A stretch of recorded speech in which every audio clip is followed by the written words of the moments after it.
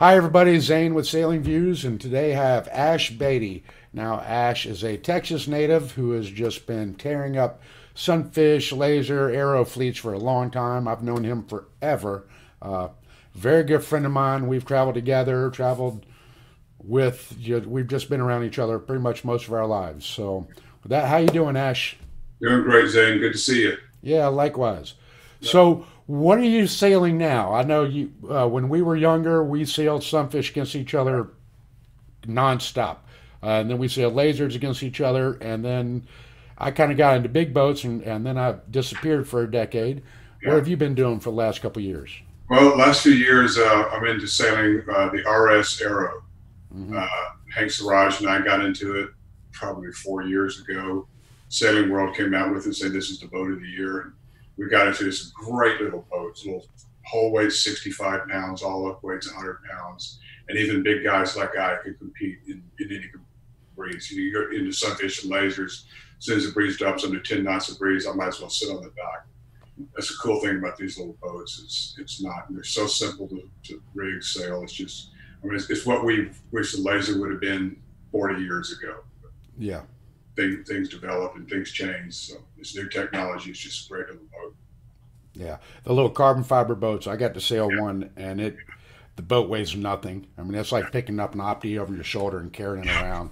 exactly That's right. a little different from carrying around sunfish or laser. Yeah, when you come in from a hard day's sailing, it's nice to be able to pull up that little lightweight boat and go up the hill. It's no big deal. Yeah. All right. Hey, try to lean forward or speak a little louder so I can hear you a little Oh, I'm bit sorry. better. Yeah. Right, you Uh, me. that's all right. All right. So with this aero sailing, what all have you done? Have you been doing a lot of traveling with it, or are you Oh yeah, just? yeah. I've been doing a lot of Florida regattas. Went to the Gorge in Oregon a couple of years ago for North Americans. Was able to go to Weymouth, England, a few years ago for World Championships. Been up in Newport. First time I've ever been up in Newport was to sail a boat. So yeah, we've been actually traveled as widespread as I had in the Sunfish doing the boat. Wow. Good fleets everywhere we go. Just been a lot of fun. Great, like any dinghy class. Great people, great fun. You know. Yeah. Have you had to run against Jacoby much? Oh yeah, I run against Mark all the time. That's we look forward to sailing against him.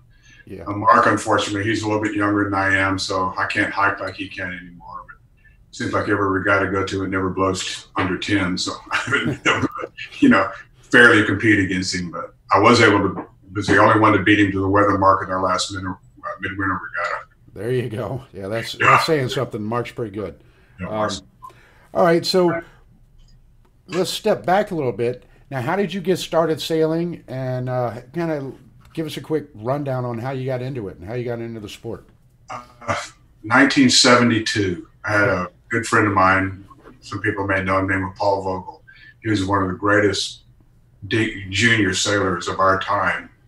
We used to sail against Kelly Goff and Scott Young all the time, and Mhm. Paul could beat Kelly and Scott, at will. But he had a sunfish. He got me into sailing. There was a little place down here in the west end of Clear Lake called Canoe and Sail. We got they're renting Dolphin seniors. We got jobs down there, so we basically learned how to sail from Dolphin seniors. A guy named Joe Singleton. He let me borrow one of his beater boats for Lakewood Yacht Club St. Patrick's Day Regatta, March 1973, and actually stumbled around and managed to why, how, I don't know to this day. I won the regatta. The first regatta I ever sailed, I won the damn thing, you know. And it just took off from there. I mean, I loved it. Got into people got me in some other boats, and the Sunfish fleet was huge back in the '70s. There was laser wasn't around, so everybody sailed Sunfish. Yeah. That's amazing that you said you got out and won your first regatta.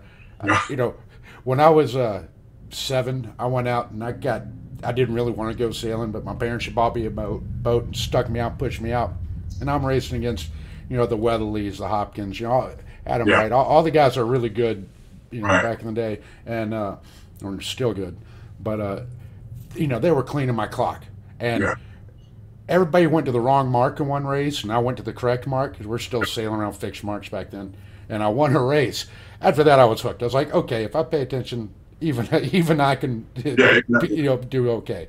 And that's kind of what hooked me was the fact that I did okay in one race. Yeah. Uh, And then obviously, if you come out and win your first regatta, you're like, holy cow, I can do this. Well, that's sometimes all it takes is you have something to click. One win, one regatta, and boom, you're hooked. And you know, here you are 50 years later, still doing the same thing. Yeah, I know. We're all broke and happy. All right. So, what is your favorite boat? Because I know you've done a lot of dinghies, or you've done a bunch of big boat stuff too. Because I've seen you around that circuit. So. There's a lot of different things. I mean, if I was going to start sailing and teach somebody to sail, hands down, it's a Sunfish. There's no boat better for learning how to sail than Sunfish. I mean, you learn everything with sailing. And one of the most crucial things I ever learned in sailing was from Sunfish, and that's balance. Yeah. You ain't got balance, forget it. I mean, it's just too important. But, that transfers into everything I've ever done. I did a lot of J22 racing. J22 is a fun boat. So J27 for a lot. I think my favorite boat to get in there ever raced in was Etchells, though. And there's just, to me, there's nothing that goes up and downwind like an Etchells. 10 or 12 knots of breeze, that boat is just, it's so pure, it's so beautiful. It's a great boat to sail. They do go straight up and straight down very well. Yes, they do. They get around the course. Yeah, they do. And I remember the first time I ever skippered one in a regatta, I was trying to figure out how to go, and then all of a sudden something happened on the boat, and I said, "Oh my God! I mean, this is it." It's like you switch on a light bulb, and the boat was just night and day different. It's just so cool. Yeah, it's so much fun to do. Yeah, I know. All boats sort of have that magical moment when you actually think you're screwing up, or somebody gets off a rail, something's going wrong, and all of a sudden you're like, nobody move. It's all working perfectly. Just sit. Yeah, I used to have it when we sailed J22s. I used to have a guy who was bigger than me to sail with me. Well, when he was under 10, I said, "Dude, your job is to sit in the companionway and not move. You're too big to move." Yeah, we don't have time to wait on that. All right, so tell me about one of your favorite regattas, or the best regatta, something you've done just amazing at, or some great trip you've had. Oh, geez, there's just so many good regattas. I mean, one of my favorite places in the world is this little place right here in Galveston called Office-Bio. And it's a small little lake. I mean, if you can get a 3/4 mile beat, it's a long way. But when you're sailing dinghies, I don't care, Sunfish, lasers, it's just tactical. It's great. I mean, you take 2 minutes to get from the yacht club out to the race course. Just, stuff like that is just, that's why dinghies were invented. Yeah. And I love sailing at Canyon Lake. I've been going to the worst fits regattas since '73. Those are places in Texas, but when you get to the islands, we did manage to do some world championships and all over the islands. Curacao, Antigua, Bermuda, Bahamas. I mean, they're all great. I mean, you go to do these big regattas anywhere, and they're so much fun. You get so much camaraderie, so many people there, and the scenery is so beautiful. Yeah, I know. In the Sunfish class, how you used to have to qualify, or I guess you still do. You have to qualify to get into the Worlds, and then when you get to the Worlds, a lot of times it's, you have your own group that you're used to racing against. Right. And back, the early 2000s, kind of the one of the last huge hurrahs of the Sunfish, back when we were having 110, 120 boats at a Worlds. We all sailed against each other really hard, and everybody in our area was pretty good. But then when you go to the Worlds, you get you get big groups from around the country, and going to those World Championships, and like you said, Curacao or the Bahamas or Bermuda or all these great places, man, we all stayed in the same hotel, and it was just such a fun family get together. I remember the first Worlds you and I did together was '91 in Curacao. Yeah. That was a blast. Yeah. You remember when we had the lay day and we went and rented scooters or something? Yeah, that little tricycle. I got the tricycle one. Well, I've wrecked so many motorcycles in my life. I've told myself I'm never getting back on two wheels again. And so I got the tricycle. Oh, yeah, that was the slowest thing on. I could have walked faster. We still laugh about that sometimes. Hey, I didn't wreck, and I finished the regatta, so life was good. It was better than me and PJ to get on that other little bike. I mean, oh my God, it's 400 pounds on a janky little mini bike. Yeah, that was a very fun event. All right, so what is one of the worst events you've been to? worst events I've And been. it doesn't have to be like race committee screwed up or something like that. Just, you know, I mean, I know you've seen some of my stories where I go and my trailer disintegrates. You know, that happens to me on just about one Yeah. boat every year. You know some of the stuff I go through. So what have you got? Well, the worst regatta I ever did was the World Championships in Martinique. Uh, well, that was just horrible. I mean, that was one of my worst days ever, worst regattas ever. I think in the first four races, I had three black flags. Two of them because I got hit in the stern and pushed over the line. Yeah. You get to the weather mark and you got your name written there. You go, oh man, come on, really? I mean, and just something happened with the weather and it wasn't typical weather. You know how you get to an island down there, you don't have typical weather until a race, so just everything screwed up. Yeah. I'm never so glad to leave a regatta in my life. Yeah, but I don't ever have to go back to Martinique. Sorry, Martinique. But. I was going to say it was Martinique, though. Yeah.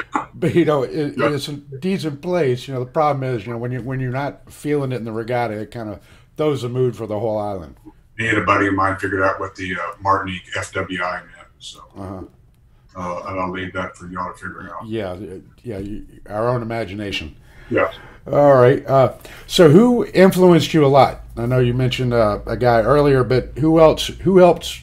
Kind of helped you and shaped you and taught you a lot. I mean, because I've been in it for so long. I mean, we're back in what I call the heyday of the junior sailing. You were juniors like me. You come up to 13, 14, 15 years old. I mean, if you wanted to sail, you had to sail against the seniors. And we had guys like a man named Jack Aldis, a guy named Earl Gerloff. I mean, just these guys are legends in Texas. Yeah, I know those names. There's Chris Buchanan. And I mean, we grew up sailing out here on Clear Lake, and they taught us everything. I mean, taught us how to surf these tiny little motorboat waves, taught us how to sail down by the lee. And then guys like Earl Gerloff, you go to the Secret Sailing Club, and boy, if you could even finish on the same lap as Earl, you were doing something. Yeah. And they always taught you, A, about learn how to sail a boat, but B, why you're racing. More than just competition. It's fun. It's camaraderie. You do things the right way and you come back. I mean, you really, from these guys, I think that's where I learned the respect of sailing. And quite frankly, over the years, I've seen a lot of that go away. It's kind of a misfortune you don't get to sail against those guys. And of course, they've all passed. And so I've been so fortunate to be able to learn from the guys who, back in the 40s and 50s sailing, back when we started to grow. Yeah, well, I hope I didn't ever do anything that wronged you. Even though we bumped heads many times on the water. So,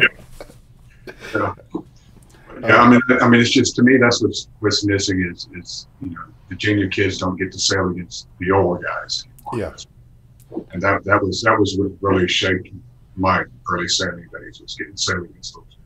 Well, one of the reasons I think that I kind of, when I was like 15 or 16, I guess, and I was, still a junior sailing Sunfish, U.S. Sailing or IWRU or whatever the controlling body was, they came up with this great idea to make 16-year-olds an adult. Like if you turn 16 that year, you're suddenly an adult. Right. And they did that until I think I was just turning 18 or 19, and that same summer I was turning that age, they opened it back up. So they completely wiped out my older junior career. Right. And I think you remember that because you were sailing Sunfish in those days. And it was 2 years old. Yeah, I definitely remember when we were starting, all those classes had, the juniors were 16 and under, and, yeah, you got to 16, you raced against the adults. Yeah. And I know, as you remember, the Stifle family, Bishop used to love to play with me on the water. And I don't think every regatta, for 1 year, just about every single regatta we went to, I think he made me do one or two turns, one or two times during the regatta. He'd foul me and say, pay attention, I set you up for that. And I'm like, losing my mind because, I'm young. He's, in his high 20s, young 30s, and just taking advantage of me. Right. At the time I was angry about it, but, as I got older, I realized, it was guys like you and Hank and Bish that really helped kind of shape me into think bigger picture instead of, little stuff, Exactly. And, I think we all work together pretty well. I mean, that's one thing I learned from those guys is I wasn't all that smart, all that good, but they taught me how to capitalize on other people's mistakes. Yeah. So be patient. Wait for them to make the mistake. Next thing you know, oh, I just passed a bunch of boats. Now wait, now I'm winning a race, and I haven't done anything. Just watch other people make mistakes. Yeah, and you stand back, and all of a sudden you pass 10 boats at the mark. You're like, aha. Now I understand what they were talking about. Now I understand when they could go from 20th to first place in the light air race on 1B. Yeah. Well, speaking of that, what's the best maneuver you've ever pulled off? The best maneuver I ever pulled off is I passed Bishop Stifle, Joanne Coleus, and Todd Edwards with 2 boat leagues to go to the finish line at a Galveston Boat Club race. It was one of the strangest things. I was running in 4th place. We're almost to the finish line, and they were coming across some port, and I had to duck them, and they went over. Just one of these things. I managed to just grab the pin, and I could do a quick little tack right at the pin. You know how Sunfish, you can tack them so quick. So I passed all 3 of those people in 2 boat leagues to the finish line and ended up winning the race. It was so much fun. Yeah, you come out and you're like, wow. That's a good thing about sailing dinghies. I mean, you can do stuff like that. Yeah, that's why it's so intense, so cool, so much fun to be around. Yep. I think that's what's kept me in it for almost 50 years. Yeah. Now you're obviously getting a little older and a little stiffer in the joints. How are you able to handle that with the Aero and the dinghy sailing you're doing now? Is your body still holding up to it, or? Well, it's I've 45 years into Sunfish, my back's gone. So when it comes to the hiking contest, I might as well sit on the dock. But if as long as I can control the boat and I'm physically capable of doing it, I don't have to kill myself hiking. I think I still have some pace. I can still sail. And that's what keeps you going. Just I'm not going to go out and win anything. I'm not going to beat anybody in the world anymore. But I'm still having fun. I'm still having a good time. When I come in off the water, I say, man, that was a good day's sailing. Yeah. Now I know you and Hank have been like training partners for I don't know how long, but the 2 of you guys have been beating each other up and pushing each other to be really good for a number of years. How has that helped you? Just the intensity. Just figure out what the heck you're doing. Hank is so dadgum fast. I don't care what he sells. He's just so fast, and that's what taught me. It just, man, I got to learn how to keep up with this dude, man. Yeah, granted, I was giving him 20, 30, 40 pounds every time, but still, I know I can keep up with him. I better be able to keep up with him. And then he taught me how to sail fast upwind, and I taught him how to sail fast downwind. And it just, it's not we're just a good friendly rivalry for years. We don't care necessarily who beats the other. There's always good rhythm, but we are always, just do good in this regard. We're pumping each other up all the time. If I'm doing something wrong, he'll tell me. If he's doing something wrong, I'll tell him. I think it's really crucial to have somebody like that who you can train with and trust and travel with. That it just helps you push along and helps you, increase your own skills and your own drive and desire. Yeah. And then also your ability to have fun. That's one thing that I see a lot of people not doing. And that's one thing that's wrong with sailing. People don't have enough fun anymore. They take it too serious. That's one thing I learned now that I'm getting so old. I'm not good, competitive anymore. It's just, hey, you got to go out there and have some fun. Yeah. I don't think any of us can be accused of not having fun. You know me. I love to have fun. I love to goof off and play. All right, so let's move on to the next subject, which is women sailing. And now I know with the Aero and the 3 different rigs, have you noticed an influx of women in this boat? And if so, or if not, either way, I want to hear a little input on that, and then just more on women sailing and what your thoughts are now versus 15 years ago. As far as the Aero goes, I do see a lot of influx of women, and the good thing about the Aero is it's got 3 different rig sizes: a 9, a 7, and a 5. So you get most of the women you're going to sail them in their lightweights, 100, 110, 115 pounds. But the 5 rig Aero is perfect for them, and they can sail the boat, they can handle the boat, and have fun, and it's good to see them out on the water. Granted, when it picks up and blows, it's just not physically going to have the strength, but it's still nice. And to have them out there, and they're, you know, all the women I sailed against are smart. They're just daggum good sailors. Yeah. I brought up Joanne Colliers before. I mean, good Lord, that girl is, she's one of the best sunfish sailors that was ever around here.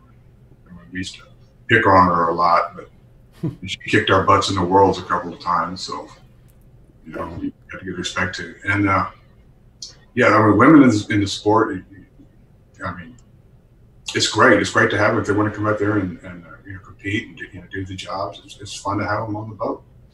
And there's a lot of really good. I know a lot of really good women sailors. You know, get out there and they're not just there to look pretty. They're out there to do a job, and they do a daggone good job. Yeah, you know, growing up, we had you know, Joanne Colliers, we had Nancy Haberlin, we had Jean Bergman, we had Gail Hauser, we had, I mean, the list just could go on and on and on. Leslie Weatherly and or Dane, you know, there were hundreds of people, hundreds, you know, maybe not hundreds, but there were a lot of women that were right there beating up on us all the time. And you know, I don't. To me, I don't think there's a big difference in the men versus women. I think the women definitely are tactically a little smarter and a little more conservative and play things kind of like the smarter game. But you know, like you said, in the breeze, they do tend to suffer a little bit. So, but then again, Nancy cleaned everybody's clock, and yes, she did. And won heavy air worlds and or midwinters in Mount Dora. Yeah. You know, so you know, yeah, Nancy was one of those. Just, I mean, she had a gift. Yeah, I haven't sailed against her forever, but she was definitely a top-notch. Yeah. So, what do you think about women sailing? What do you think we can do more to get more women out? You know, I wish I had the answer to that. I'm trying to think how to get more people out. I just think it's going to go back to, you know, back to family sailing. And one thing I noticed when we went to the Worlds in Weymouth a few years ago is how family oriented everybody from Europe was. I mean, they have a whole section over there for just camper vans, people who are bringing in their boats. They're driving them to take the ferry across to get to England. But it's the whole family. You know, it's not just mom and dad bringing the kid to sail. I mean, bringing the kid to sail, dad sails, mom sails, or dad and mom sails together. Yeah. So it's a family deal. I'm sure there's a lot of big boat sailing, but hell, we had between the Aeros and all these other, there was almost 500 boats at this Worlds. And wow. for the 2 weeks that they had this RS festival, I think they had close to 1,000 boats, and all 1 and 2 person boats. Yeah, and it's all families went the trail, and that's what I don't see over here in the States so much anymore. It's families getting together to do things. You know, the parents would take the kids to sail, or the kids would go with mom to go watch dad sail with his crew, but you know, they're sitting on the dock doing nothing. And it, you know, sailing big boats is great. It's a lot of fun, and I don't knock it a bit. But you know, when I take 4 people off the J24 and put in 4 boats on the line for a regatta, you know, there's sort of a trade-off there. You know, it's yeah. I mean, good on both hands. Good. I'm not knocking J24s or anything like that. Just a point. I mean, just. I know what you mean. The more boats out there is always, you know, better than stocking up one, and you know, numbers are always good. If you have to drive 3 or 4 hours to go to a regatta, I mean, you just don't want to. You need something for the family to do more than just let's take the kid up there and let him do his regatta and come back. You know? Yeah. And unfortunately, I don't see a whole lot of that around here much more anymore. Yeah. All right, so let me change the subject a little bit now to the America's Cup. You know, now that that's all foiling, what do you think? You know, it was foiling the last couple times, but I mean, with the monohulls and the Y foils, and what's your thoughts? You love it? You hate it? I like it a lot better than I used to watch. You know, when the old one-on-one big boats together. I mean, it throws some interest. It starts a lot of interest in the sport. I'm not a foiler. I don't care to foil, but it does look like it's really cool. Certainly, when you got boats doing 40, 50 knots, I mean, that's cool. Yeah. I kind of wonder if you're putting more of the athlete into the sailing than you are the sailor. Yeah, you still have to have a great helmsman, you have to be a great tactician. But to me, on the last catamarans, it just seems like everybody, all they're doing is just have the beef in there, just cranking up the hydraulics to get the boat to work, and 2 or 3 people actually doing the same. Yeah. I was going to say, I wonder about that too. You know, I look at these boats and they've they've got, what, 4 grinders? I mean, four or 8 just nonstop grinders. You know, eh? You know? Yeah. Yeah. But, So, I mean, it's fun. It's cool to watch. I mean, it's entertainment factor is definitely up. Entertainment factor is definitely. Yeah. Now, for me, I used to love the old America's Cup, and I didn't care if I would. I mean, I used to sit there and watch it on TV whenever we could get it, and I was glued to it. And I didn't care if it took 30 minutes for him to go upwind or whatever. I was into every wave, every shift, every puff. I was into it. I love the dial ups. I love the whole thing. 1,000 lead valves in a row, I'd love. But I knew a lot of people who actually sailed on America's Cup. One guy was on America 3. The guy I know was on America 3. Yeah. Well, we've got a couple of them. We got a couple of them here, and trust me, some of their stories are great. But, all right. Anyway, so let's move on. What's the strangest thing you've seen floating by in the water? Strange. Yeah. Anything weird and wild? No, nothing I can say that was strange. No, nothing that really sticks out in my mind. I mean, I've seen a lot of strange things in the water. Yeah. Like what the kind of fish are there? I thought a hair sailing out of Galveston. I actually thought I saw an orca one time, big old black and white thing breaking, but I couldn't really tell. But, yeah. All right. Favorite places to sail? Well, you already mentioned that. You said Canyon Lake. Canyon Lake, Galveston. I got to pull out my list. I'm running out of questions for you here. I've been through all these. All right. Let's say you're on a bigger boat or a different boat. What's your best role on it? Are you, say you're on J24. Are you a driver only, a trimmer, a tactician, bowman? What's your best role? My best role, rum drink mixing. Nice. No, I mean that is the best answer I've heard yet on any of these interviews. I mean, I'll do it. I think my best role probably is a trimmer, and probably a downwind trimmer. Yeah. I think, and I've talked to a lot of people, seen a lot of people. I think there's something that I understand, and I'm sure other people do, that the way I sail boats downwind, especially fractional boats, I have a certain way that I like to feel. Yeah. Feel the breeze and what have you. And it's always worked for me. And I've had people, when I first started doing it, people say, hey, you're a sunfish sailor. How do you know how to trim a spinnaker? Oh, I know how to trim it because I'm a sunfish sailor. Yeah. You understand that. But to me, it's just all learning how to feel the breeze. And that's to me, that's what I think. If I'm good at anything, it's that I can feel the breeze where I need to feel it, understand what it's going to do to the boat, and going back to a balance. Back to very big days, if you ain't balanced, you're not doing good. Yeah. Did you ever do any flying Scot sailing growing up, or at all? I did. The one flying Scot race I did a Lipton Cup out of Mobile. Yeah. I remember when I was leaving the dock, Todd Edwards told me to keep the pointed end forward, and I looked around and said, which end is that? So that's my only experience on flying Scot. Yeah, flying. We you know my area, and that was a boat around here, and between sailing Sunfish and before I got into lasers, because I was always real small, and I was sailing Sunfish and then flying Scots with a team. I spent when I was 16 years old, I got lucky and won a Flying Scot Junior in age. But in training for that, I had a team that just weren't very experienced, and I mean neither was I really. But we tied ourselves to a dock and jibed the boat, or tied to the, put a line back to a piling or a dock. I don't remember what we tied ourselves to, but we sat there all the time and just did 1,000 jives and hoists and sets. Just kind of slow reaching back and forth, just wiggling like this. Yeah. And that helped our spinnaker work so much that even today, I'll jump on big boats, and just say, even 50-footers, 60-footers, I'm like, give me a grinder on each winch, give me both sheets, and I'll say left or right, and the spinnaker just never collapses. And a lot of that, like you said, comes from the balance you learn from Sunfish, and then for me, flying Scots, and just little boats in general. Good thing about being a kid and being able to sail like this, I mean, you get to practice done things like that. I mean, we used to, Sunfish, we used to kick up our rudders and see how far we could sail downwind with the rudder kicked up. Right. Or we used to go up wind and one guy put a blindfold on. We'd see how far we could sail upwind and stay together.